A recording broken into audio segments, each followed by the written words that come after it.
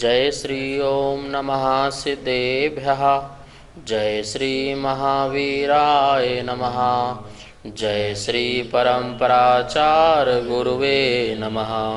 जय श्री उमा स्वामी गुरुवे नमः। जय श्री शांति सागर गुरुवे नमः।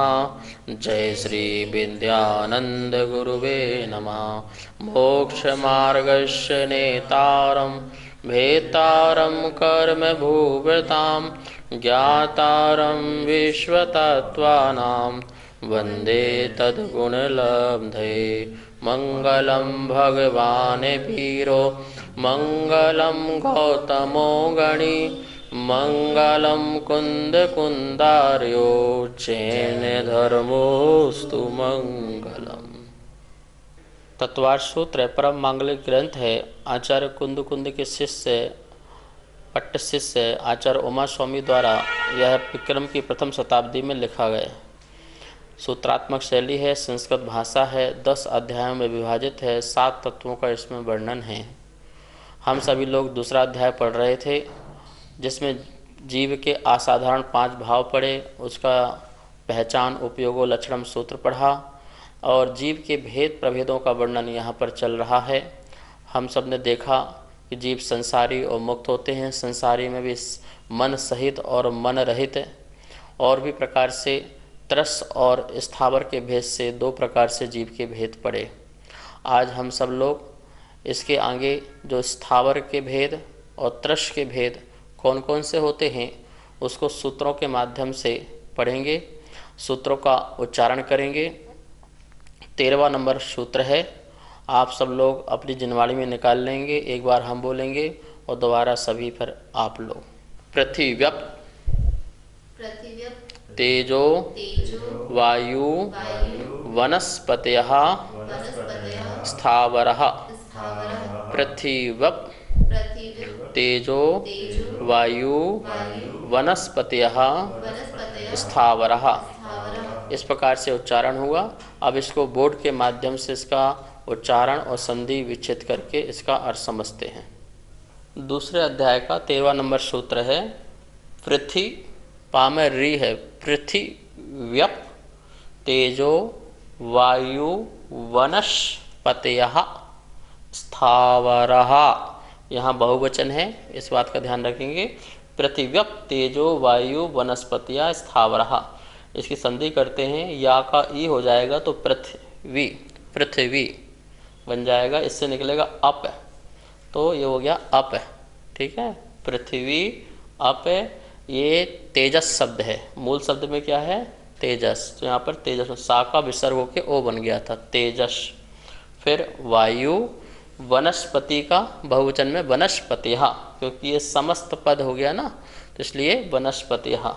और ये भी स्थावरहा, ये भी बहुवचन में है। स्थावर मतलब एक इंद्रिय जीव। पृथ्वी स्थावर, अप स्थावर, तेजस स्थावर, वायु स्थावर और वनस्पति स्थावर। पृथ्वी अप आने जल, अप का मतलब क्या है? जल। तेजस अग्नि, वायु वनस्पति। पृथ्वी जल अग्नि वायु और वनस्पतियाँ, ये सभी स्थावर जीव हैं। इस प्रकार से स्थावर के 5 भेद यहाँ पर गिनाए। पृथ्वी जल अग्नि वायु वनस्पति, ये 5 प्रकार के एक इंद्रिय जीव होते हैं जो पृथ्वी में रहते हैं, जल में, अग्नि में, वायु और वनस्पति में। अब इनका विस्तार रूप से वर्णन अपन यहाँ सुनते हैं। पृथ्वी स्थावर, इसका अर्थ होता है पृथ्वी जिसका शरीर हो ऐसा जीव, वो पृथ्वी कायिक। काय मतलब होता है शरीर, और उस शरीर को धारण करने वाला कायिक। तो पृथ्वी ही जिसका शरीर हो वह पृथ्वी कायिक जीव, ऐसा एक इंद्रिय। जल ही जिसका शरीर हो वह जल कायिक जीव। अग्नि ही जिसका शरीर हो वह अग्नि कायिक जीव। वायु ही जिसका शरीर हो वह वायु कायिक जीव। और वनस्पति ही जिसका शरीर हो वह वनस्पति कायिक जीव। इस प्रकार से यह 5 प्रकार का स्थावर होता है। अथवा स्थावर नाम कर्म के उदय से जो पृथ्वी जल अग्नि वायु वनस्पति में जीव उत्पन्न होता है उसे स्थावर नाम कर्म उदय कहते हैं। अब हम सब में लगा सकते हैं, पृथ्वी स्थावर नाम कर्म उदय, जल नाम कर्म उदय, अग्नि नाम कर्म उदय, वायु नाम कर्म उदय, वनस्पति नाम कर्म उदय। इस प्रकार से इन कर्म के उदय से जो जीव की पृथ्वी रूप अवस्था होती है, जल रूप अवस्था होती है, अग्नि वायु वनस्पति रूप जो अवस्थाएं होती हैं, उसमें उसकी जो परिणाम होते हैं उसे ये पृथ्वी जल अग्नि वायु वनस्पति जीव कहते हैं। अब अपन एक एक के बारे में समझते हैं। जो पृथ्वी है, पृथ्वी जो अपन सामान्य देखते हैं कि जो ये फैली हुई है, जो पसरी हुई है, जो धूल मिट्टी और पत्थर, ये सब पृथ्वी में कहलाते हैं। ठीक है ना। हम इनके सबके चार चार भेद कर लेते हैं। चार चार भेद करके हमें सारी चीज़ समझ में आ जाएगी। सभी में चार का अपन विभाग कर लेते हैं। पहला पृथ्वी, दूसरा पृथ्वी कायिक, तीसरा पृथ्वी काय और चौथा पृथ्वी जीव। अथवा यहाँ से कर लो, पृथ्वी पहला हो गया पृथ्वी, दूसरा पृथ्वी जीव, तीसरा पृथ्वी कायिक और चौथा पृथ्वी काय। ऐसे ही जल में लगा लीजिए कि सामान्य जल और जल जीव, जल कायिक और जल काय, अग्नि, अग्नि जीव, अग्नि कायिक और अग्नि काय, वायु, वायु जीव, वायु कायिक और वायु काय।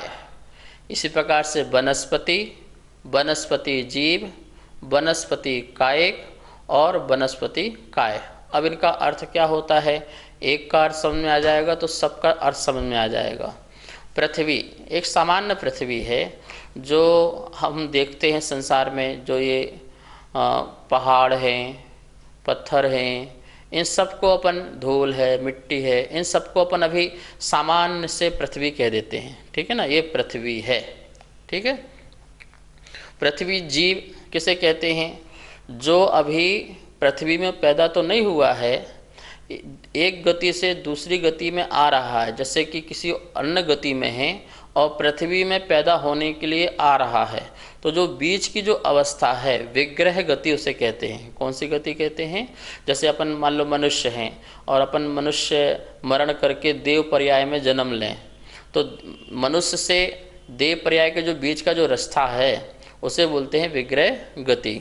तो अभी जो जीव पृथ्वी में उत्पन्न होने वाले आ रहा है तो उसको बोलते हैं पृथ्वी जीव। ठीक है ना, सामान्य से सभी पृथ्वी।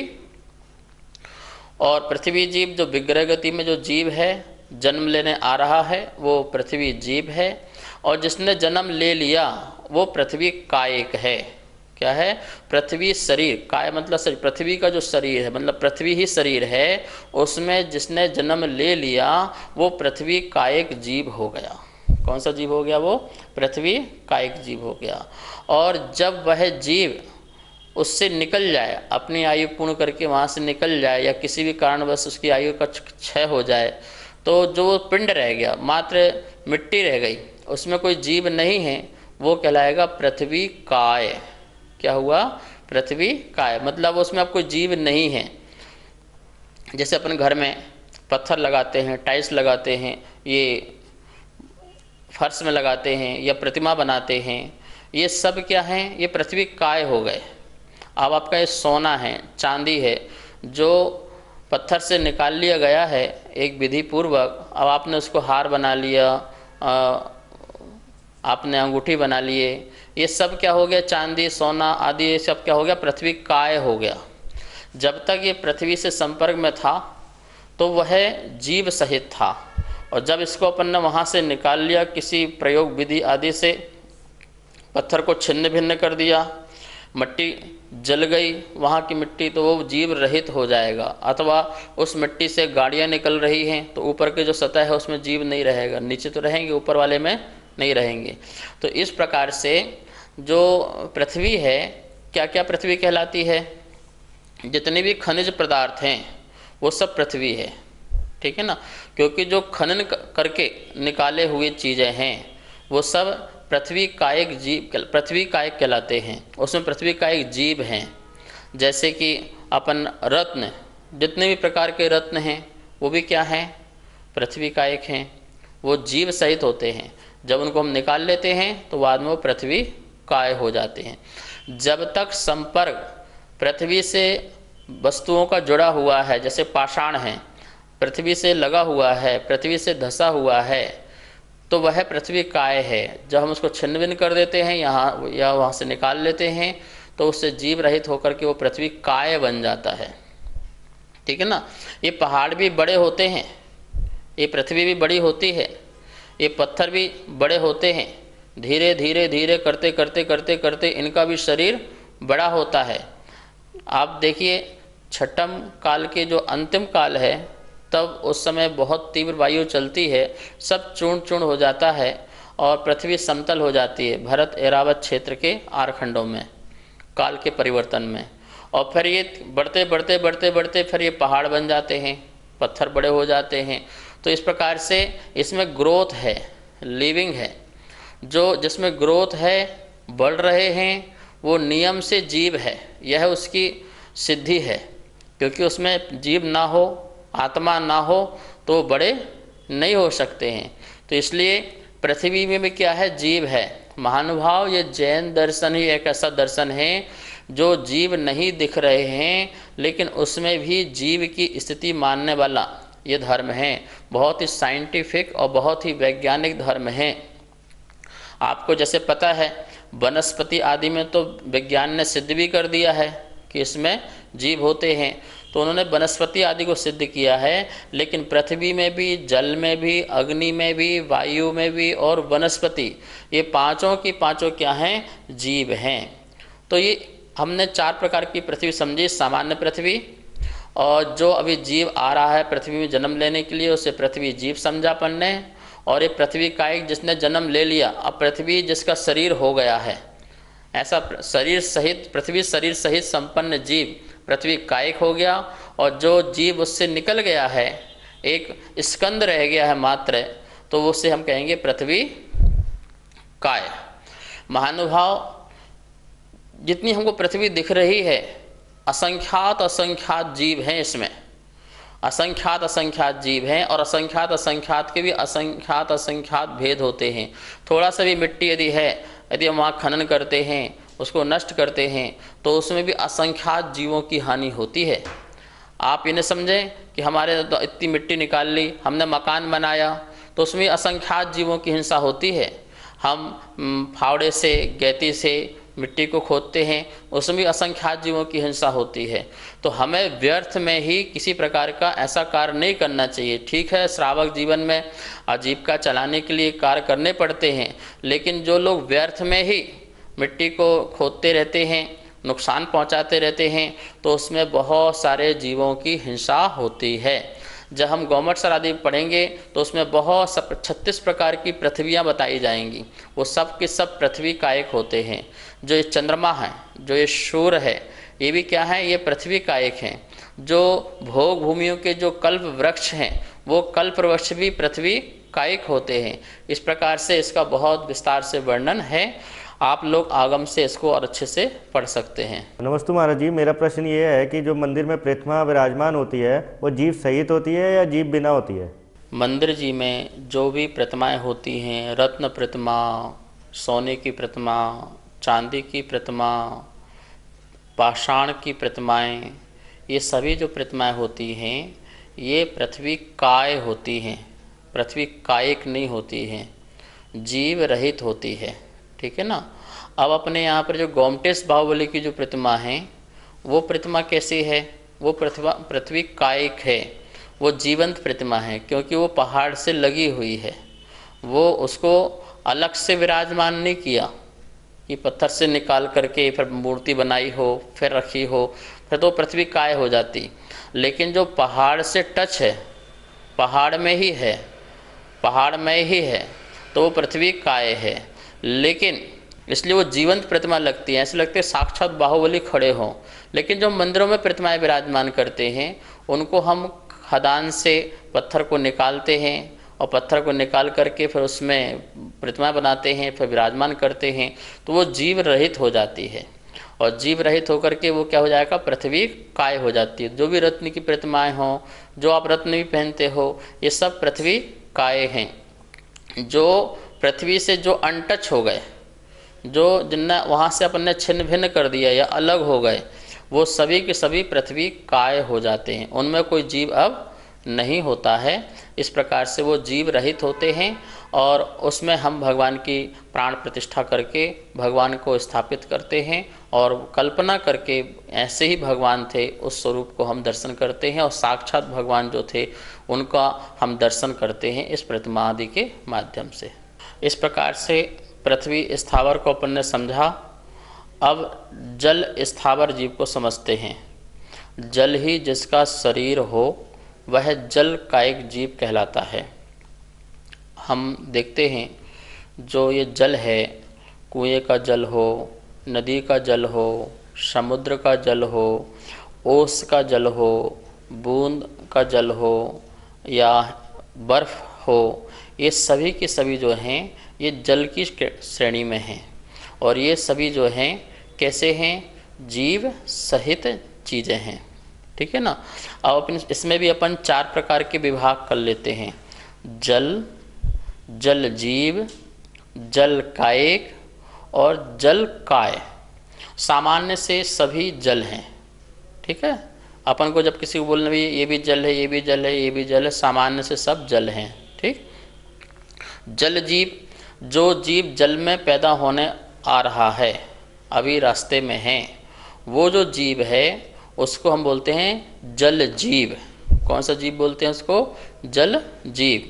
और उसका जन्म हो गया, अब जल ही उसका शरीर बन गया, तो उसको बोलते हैं जल कायिक जीव। कौन सा जीव बोलते हैं, जल काय। काय को धारण करने वाला कायिक हो गया। ठीक है ना। तो इस प्रकार से जल कायिक जीव हो गया। और किसी कारण उसकी आयु पूर्ण हो जाए अथवा हमारे द्वारा उसका प्रासुकपना हो जाए या छान लिया जाए, तो वो समय क्या होता है, वो जीव रहित हो जाता है। क्या हो जाता है, जीव रहित। तो वो हो गया जल काय।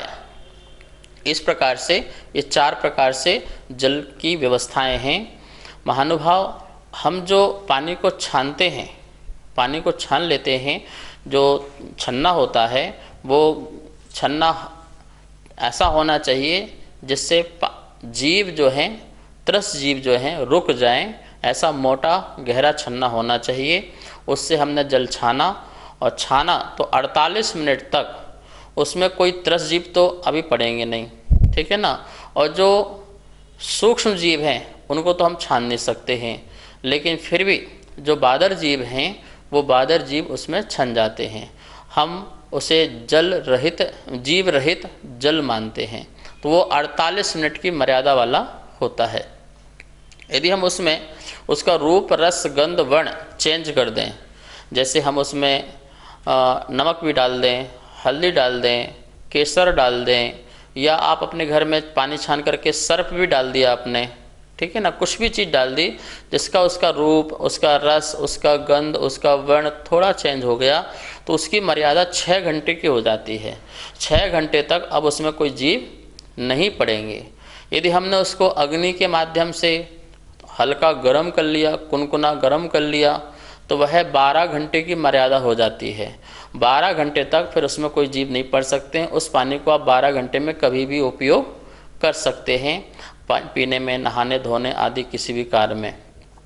और इसके बाद यदि हम उस पानी को उबाल लेते हैं, उसमें उबाल आ जाती है, तो वह पानी की मर्यादा 24 घंटे की हो जाती है। और वो 24 घंटे की जो मर्यादा है उसमें हम उसको पानी को यूज कर सकते हैं। इस प्रकार से ये पानी की आदि की मर्यादा हो जाती हैं। महानुभाव, एक बूंद में भी असंख्यात जीव होते हैं। कितने जीव होते हैं? एक बूंद मात्र में। आप एक जो बूंद है ना, आप सोचिए कि एक बाल्टी में कितने बूंद हो गए और उसमें कितने जीव हो जाते हैं।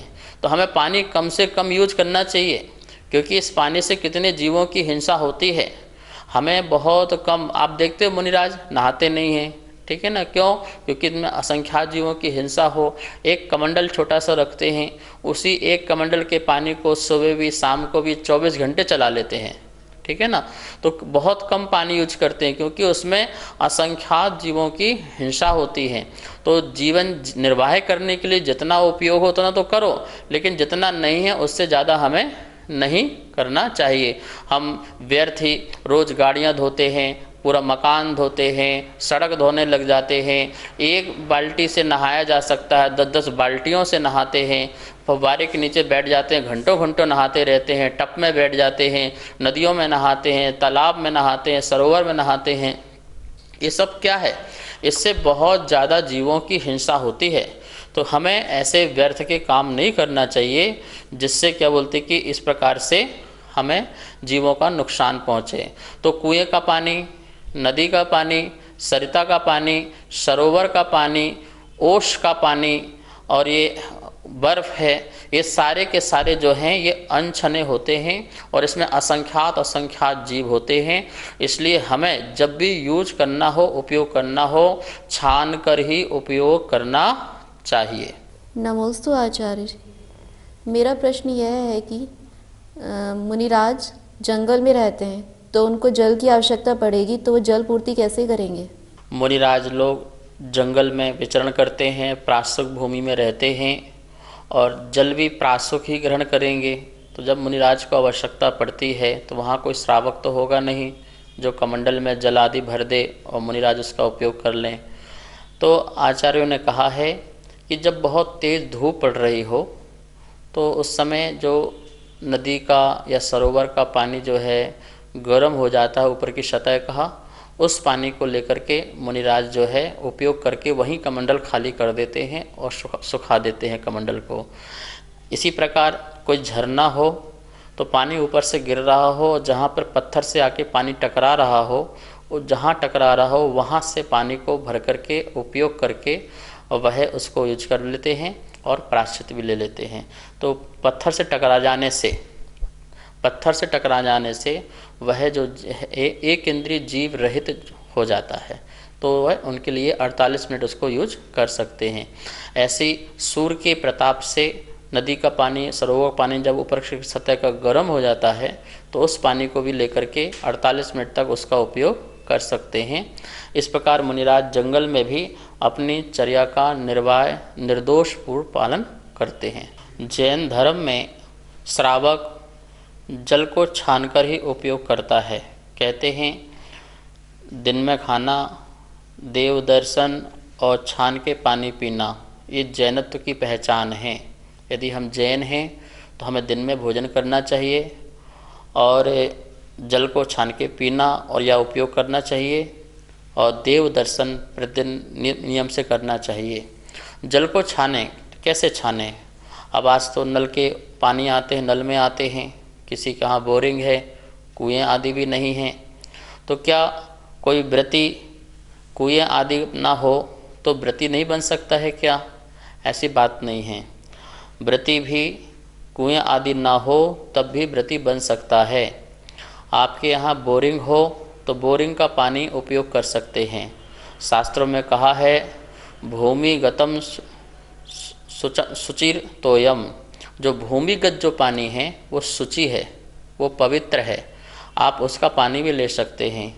भूमि के नीचे जो है, जो 100 फुट 80 फुट आदि जो है, उसके अंदर तरस जीव आदि नहीं पाते हैं। जो एक इंद्रिय जीव आदि हैं वह स्वयं घर्षण से प्राशुक हो जाते हैं और उस जल को यूज किया जा सकता है, उपयोग किया जा सकता है।